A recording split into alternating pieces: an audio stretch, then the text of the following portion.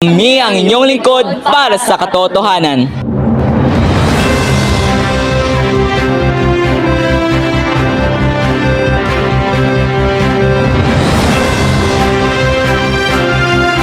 Magandang araw sa inyong lahat. Ngayong araw kami ang inyong gurong tagaulat.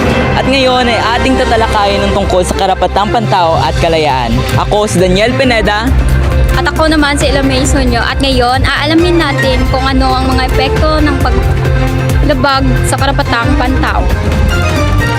At ako naman si John Apple D. Peria. Kasama namin si Nisha, Joanna, Christine, J. Carlo, at Rimalin. At ngayong araw, kami ay maglalahad ng katotohanan.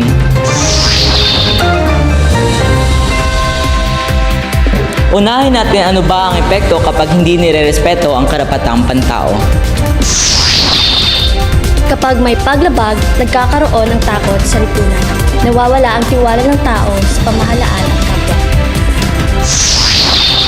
Dagdag pa diyan ang nagiging sanhi ito ang kahirapan. Halimbawa, kapag walang akses at edukasyon, hindi umaangat ang kabuhayan ng tao. Tama, at nagdudulot din ito ng hindi pagkakapantay-pantay o inequality sa lipunan.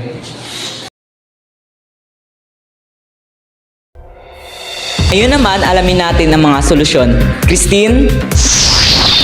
Isa sa pinakamalaga ang edukasyon. Dapat turuan ang bawat isa tungkol sa kaniyang mga karapatan. Kailangan din na mahigpit na pagtutupad ng mga batas para maprotektahan ang mga mamayan. Tigil sa lahat, dapat matuto tayo ng respeto sa isa't isa kahit magkakaiba tayo ng paniniwala.